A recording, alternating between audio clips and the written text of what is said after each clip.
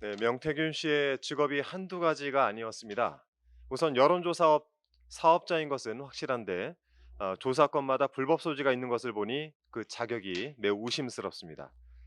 윤석열 대통령에 대한 미공표 여론조사 의혹은 진작 제기되었었고 이번엔 오세훈 서울시장 여론조사 이야기로 세간이 시끄럽습니다.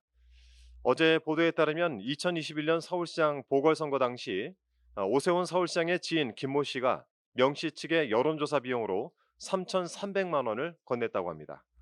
즉, 김 씨가 여론조사 비용을 대납했다는 것인데 그렇다면 오세훈 시장은 정치자금법 위반입니다.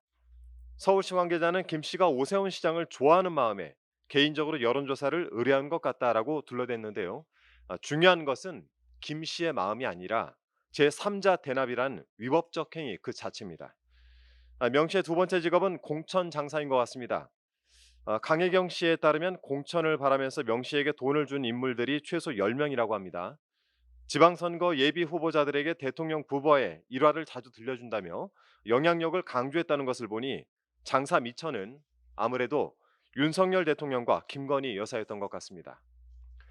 이런 일만 하더라도 바쁠 텐데 명 씨는 그 와중에 취업 알선도 해줬다고 합니다. 명 씨가 지인으로부터 1억 원을 받고 용산 대통령실에 지인의 아들을 채용시켜줬고 또 그 과정에서 미래한국연구소 허위 경력까지 만들어줬다는 의혹이 보도됐습니다. 지방선거 공천은 1억 2천만 원, 대통령실 6급 행정요원직은 1억 원. 이 또한 수사 및 처벌의 대상입니다. 명태균 씨 한 사람의 집권 여당이 노란하고 국정이 농락당했습니다. 이런데도 윤석열 대통령이 김건희 특검을 거부할 명분이 있겠습니까? 거부하면 거부할수록 국민적 의혹은 깊어지고 국민의 분노는 거세질 것입니다. 그리고 그 후과는 윤석열 대통령과 김건희 여사에게 고스란히 가게 될 것입니다. 내일 국무회의를 온 국민께서 지켜보실 것이란 점을 명심하시기 바랍니다. 마지막 충고를 가볍게 듣지 마시고 책임있고 신중한 결정을 하길 바랍니다. 한 말씀만 더 드리겠습니다. 오늘은 이재명 대표의 선거를 앞두고 국민의힘이 이재명 대표를 향해 총공세를 펼치고 있습니다. 어제 국민의힘에서 두 건의 논평이 나왔는데요. 전부 이재명 대표의 재판에 관한 것입니다. 사도광산 추도식 등 여당의 입장이 궁금한 사안이 많았던 일요일이었습니다만 정작 국민의힘에서는 이재명 대표 타령만 반복했습니다. 이 정도면 국민의힘을 어둠의 팬클럽이라고 불러도 무방할 것 같습니다. 논평에서 호준석 대변인은 판결은 사법부에 맡기자라고 주장을 했는데 정작 국민의힘 소속 의원은 자신이 사법부가 된 듯 SNS에 버젓이 판결 가이드라인을 제시했습니다. 어제 박정원 의원이 SNS에 이재명 대표 선고에 대한 글을 올렸는데요.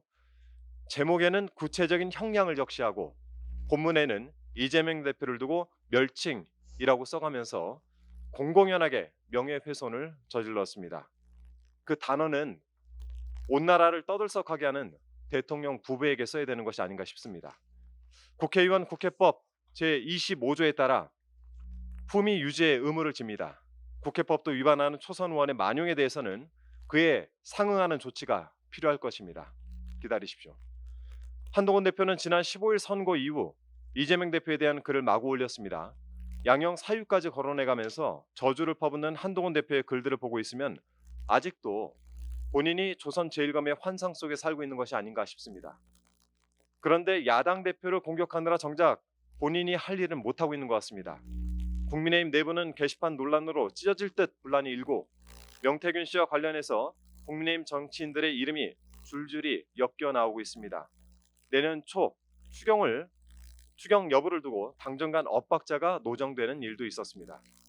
국민의힘이 처한 난국은 자당의 힘으로 타개하시길 바랍니다. 이재명 대표를 공격하는 것만이 마치 단 하나의 돌파구인 것처럼 여기는 것 같습니다. 민생도 민심도 말라 죽게 됐습니다. 집권 여당으로서 책임 있는 자세를 보여주길 바랍니다. 이상입니다.